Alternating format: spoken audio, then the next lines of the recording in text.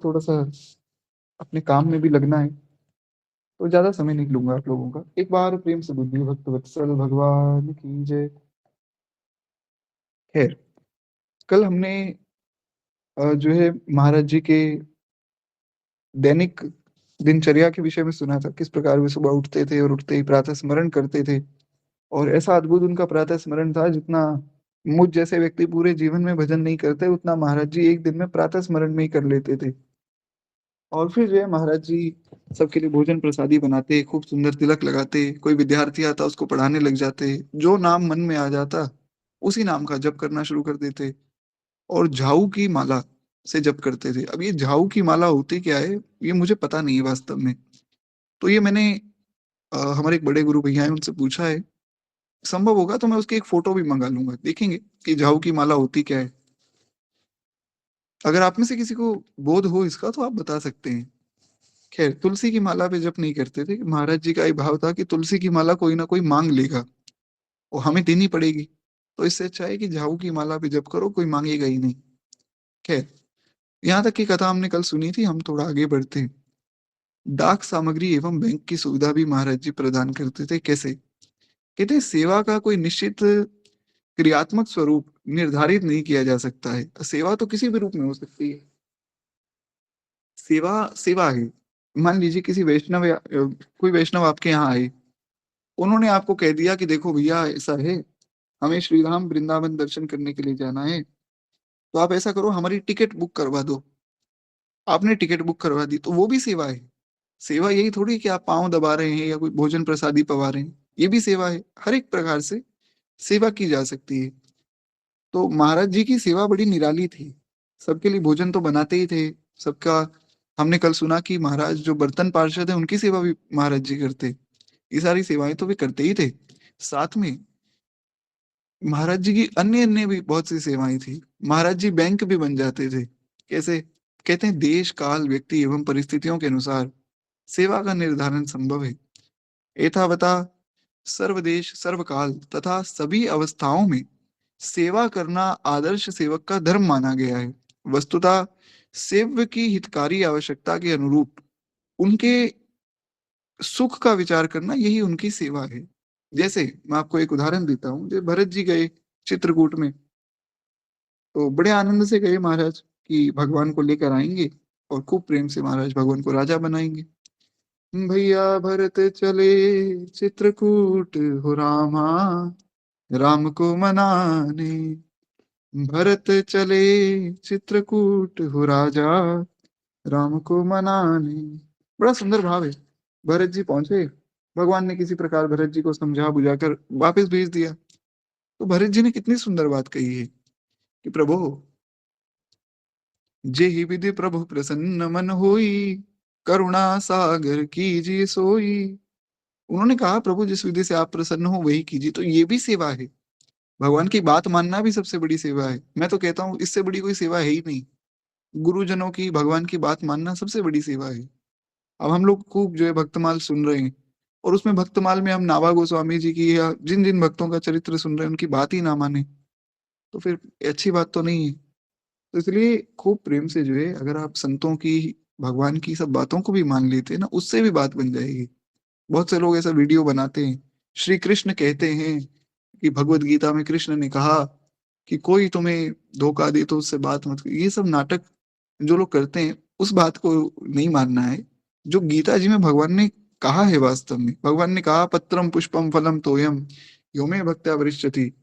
भगवान ने कहा कि देखो, अगर तुम्हारे पास कुछ भी नहीं है ना चढ़ाने के लिए, कोई बात नहीं, तुम पत्र, पत्र यानी कि तुलसी पत्र, पुष्प यानी कि एक फूल चढ़ा दो या फल चढ़ा दो।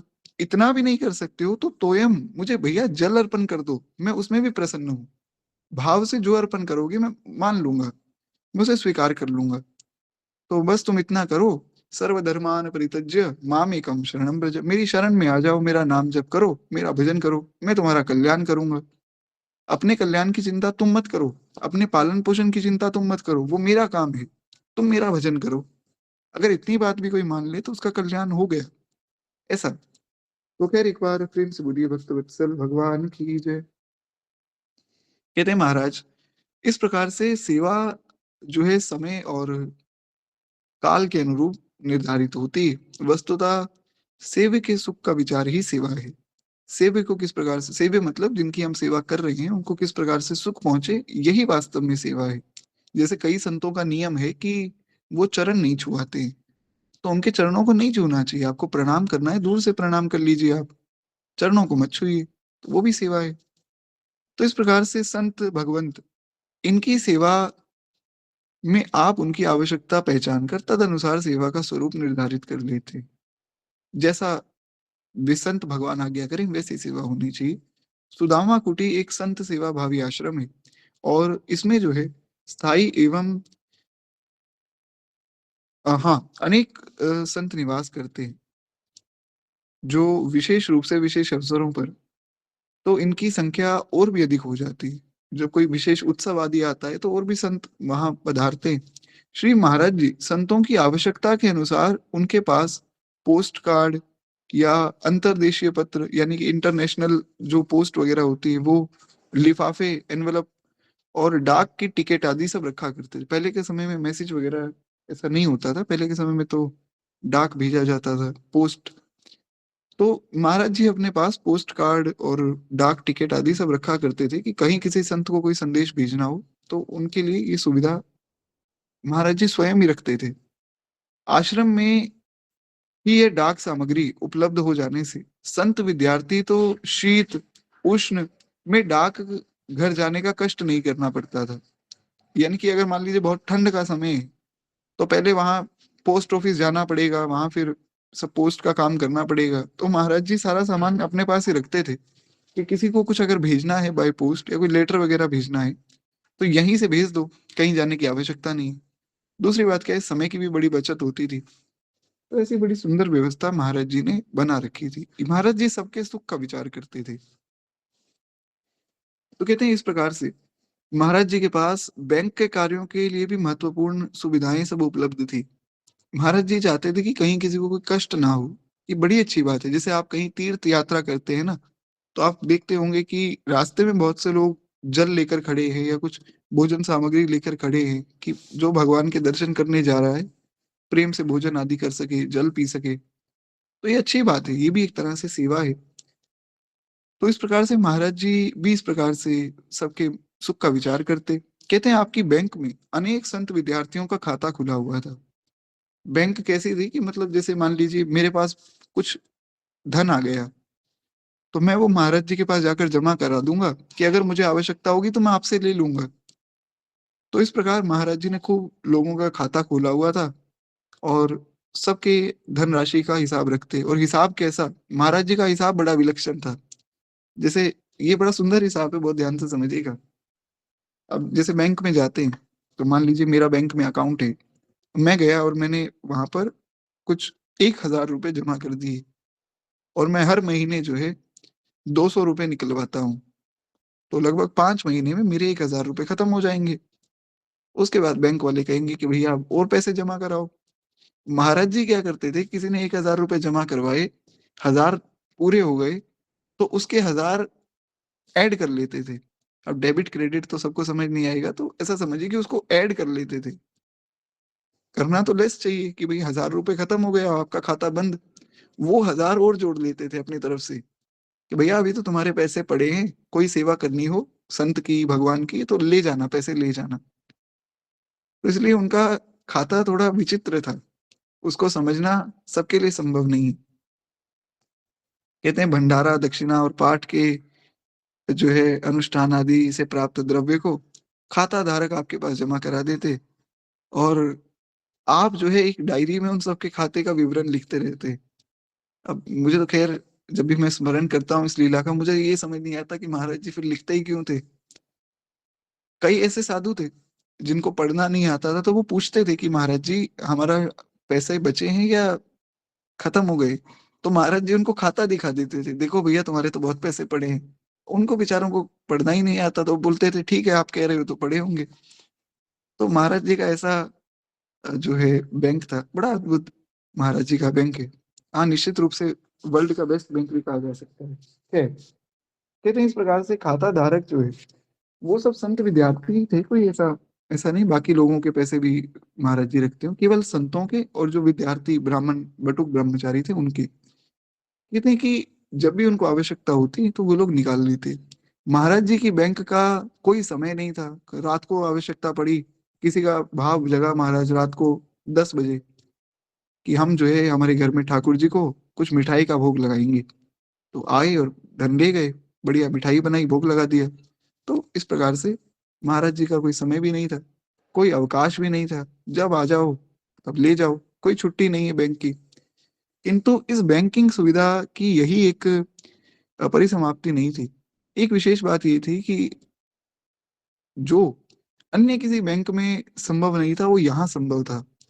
वो ये है कि इसमें जमा की हुई राशि कहीं अधिक राशि अपनी आवश्यकता अनुसार निकाल ली जा सकती थी। बैंक भी ऐसी सुविधा देते हैं, जैसे ओवरड्राफ्ट वगैरह की सुविधा मिलती है कि आप अगर आपके पास पैसे कम हैं तो आप थोड़े से पैसे हमसे ले लीजिए उधार, और उसका इंटरेस्ट देना पड़ेगा, फिर बैंक को वापस लौटाने पड़ेंगे। महाराज जी के पास ऐसा नहीं था। आपको ज्यादा पैसे चाहिए आप ले जाओ और भूल जाओ कि हमने ज्यादा पैसे लिए हैं।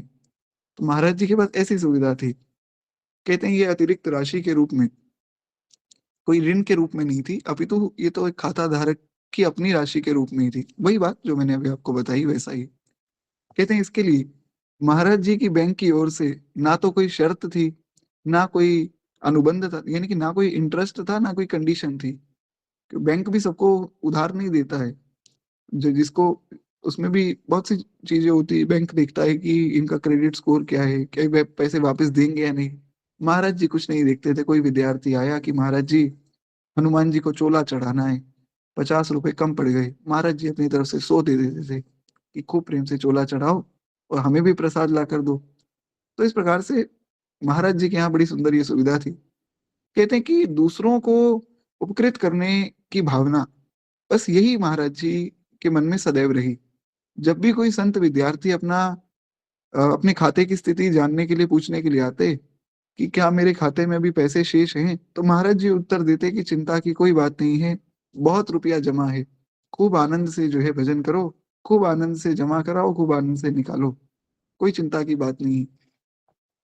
कहते हैं एक बार दास ने निवेदन, यानी कि गुरुदेव भगवान बताते हैं कि एक बार हमने निवेदन किया कि महाराज जी लोगों की जमा हुई राशि तो बहुत कम होती है। मैं अक्सर देखता हूँ कि जैसे कोई व्यक्ति पैसे जमा करा कर गया, वो जब भी आता है आप उसको पैसे दे देते हैं। ऐसे कैसे हो सकता है कि आप तो बहुत ज्यादा पैसे दे देते हैं। इस पर महाराज जी ने एक विलक्षण बात कही। उन्होंने कहा कि देखो, नाम धन के विषय में कहा गया है, दिन दिन बढ़त सिवायो। श्री मीराबाई ने गाया ना, पायो जी मैंने राम रतन धन पायो। तो श्री मीराबाई ने ये भाव जो कहा है, आपने ये पद संभवतः सुना भी होगा सबने। इसमें श्री मीराबाई ने एक बड़ी प्यारी बात कही। मीराबाई ने कहा कि देखो, ये जो नाम रतन धन मिला है, जो राम नाम मेरे गुरुजी ने दिया है, वस्तु अमोलक दी मेरे सतगुरु, करी कृपा अपनायो, पायो जी मैंने राम रतन धन पायो। इसी पद में आगे श्री मीराबाई एक बात कहते हैं कि खर्चो ना खूटे, या को चोर नहीं लूटे, खर्चो न कूटे या को चोर नहीं लूटे, दिन दिन बढ़त सवायो। इस प्रकार से श्री मीराबाई कहते हैं कि जो नाम का धन है, जो राम नाम मेरे गुरु जी ने दिया है, वो दिन प्रतिदिन बढ़ता रहता है, ये कम नहीं होता है, उसको कोई चोर लूट भी नहीं सकता है। तो ऐसा महाराज जी ने कहा कि देखो पंडित जी, नाम के विषय में कहा गया है कि दिन दिन बढ़त सवायो। इसी प्रकार से कोई बैंक ऐसा भी तो होना चाहिए जिसमें खाता दिन दिन बढ़ता रहे। सब बैंकों में घटता ही रहता है। तो कोई ऐसा बैंक भी हो संसार में जहां दिन प्रतिदिन बढ़ता रहे, तो हमने ऐसा बैंक खोल दिया है। तो महाराज जी के पास पुराने नोटों को बदलने की सुविधा भी उपलब्ध थी। अब बैंक में भी ऐसी सुविधा होती है कि पुराने नोट आप लेकर जाइए तो आप उनको बदल दीजिए, पर अब महाराज जी के पास ये सुविधा विशेष रूप इसलिए है कि बैंक वाले उस नोट को बदल लेंगे तो उनको तो उसके बदले में सब पैसे मिल जाएंगे। महाराज जी अगर फटा हुआ नोट ले लेंगे तो उनको उसके बदले में कुछ नहीं मिलेगा। तो एक तरह से उनकी जेब से ही पैसे जा रहे हैं, और वो फिर भी ये सुविधा देते थे। कहते हैं ये भी एक बैंक संबंधी कार्य ही है। यानी कि बैंक में जितनी सुविधाएं हैं वो सारी सुविधाएं थी, पर वो महाराज जी के हिसाब से चलती थी, वो बैंक के हिसाब से नहीं चलती थी। कहते हैं संत विद्यार्थी अपने पास आए हुए कटे फटे जीर्ण शीर्ण सब नोटों को देकर बढ़िया सुंदर सुंदर नोट ले जाते थे, और पुराने नोटों को बाजार में बदलने पर जो बट्टा लगता है, आपके पास वो भी नहीं था। यानी कि ऐसा नहीं कि कितने नोट दिए, जितना चाहिए उतना ले जाओ, और जो है जीर्ण शीर्ण वो दे जाओ, नहीं है तो भी कोई बात नहीं, ऐसा। कहते हैं कि बट्टे की राशि श्री महाराज जी के स्वयं की वहन की आवश्यकता की राशि थी, पर ठीक है, वही महाराज जी दे देते थे। और पुराने नोटों में अधिक जीर्ण शीर्ण या फटे हुए नोट, जो बट्टे पे चलने योग्य भी नहीं थे, उनका संपूर्ण वहन आप ही करते थे। यानी कि उनका जो सब पैसे थे वो महाराज जी अपने जेब से देते थे। और महाराज जी कहा करते थे कि हमारे पास निजी डाक खाना भी है, और बैंक भी है, और हमारा विद्यालय भी है, तो हमारे पास सब सुविधाएं हैं। एक तरह से महाराज जी पूरी की पूरी सरकार ही चला रहे थे। तो खैर, एक बार प्रेम से बोलिए महाराज जी की जय। तो इस प्रकार से सब सुविधा एक जगह पर ही उपलब्ध थी। जैसे भगवान सब सुविधा देते हैं ना, वैसे ही। हाँ, पोस्ट स्टैम्प्स भी हमने, अगर आप लोगों को याद हो तो हमने पहले कथा सुनी थी कि किसी को अगर कुछ पोस्ट आदि करना है तो उसके लिए स्टैंप वगैरह भी महाराज जी देते थे। एक बार एक भिक्षुक आए थे, उन्होंने कहा कि मुझे एक पोस्ट स्टैंप दे दीजिए। महाराज जी ने कहा भैया क्या करोगे? बोला करूंगा कुछ नहीं, मेरी मांगने की आदत है, आपकी देने की आदत है, मैं मांग रहा हूँ, आप दे दीजिए। तो ऐसी भी अनेक लीलाएं हुई। खैर, तो एक और सुंदर चरित्र है गुड़ाकेश श्री महाराज जी। थोड़ा सा इसका हम श्रवण करें। कहते हैं इस दास को अनेक वर्षों तक श्री महाराज जी के सन्निकट उनके चरणों में रहने का अवसर प्राप्त हुआ, और उनके चरणों की ओर शयन करने का सौभाग्य प्राप्त हुआ। श्री गुरुदेव भगवान महाराज जी के चरणों की ओर सोते थे। कहते हैं कि प्रातः ऐसा होता था कि प्राय 10:30 बजे तक आप जो है आसन पर लेट जाते, और लेटते ही गंभीर निद्रा में चले जाते। किंतु आपकी नींद केवल 1.5 या 2 घंटे की होती थी, बस 1.5 या 2 घंटे से ऊपर नहीं सोते थे। उसके पश्चात आप बिना किसी को जताए धीरे से उठते, और कोहनी का टेक लगाकर एवं हथेली पर मस्तक रख के अधलेटी मुद्रा में रात्रि भर जागते रहते। अब रात भर जागते रहते और करते क्या? या निशा सर्वभूतानां तस्याम जागृति संयमी। ये जो है भगवत वाक्य है, और इसी वाक्य का भी ये मतलब महाराज जी के जीवन में घटित होता है। ये वाक्य का मतलब क्या है? कहते हैं आपकी निद्रा अत्यंत अल्प थी, वस्तुतः आप गुड़ाकेश थे। गुड़ाकेश मतलब जो निद्रा पर जीत पाले, जो सोता ही नहीं, या जो अपनी निद्रा को कंट्रोल कर सकता है, उसे गुड़ाकेश कहा जाता है। श्री लक्ष्मण जी को गुड़ाकेश कहा गया, और श्री अर्जुन जी को भी गुड़ाकेश कहा गया, ऐसा शास्त्र में वर्णन आता है।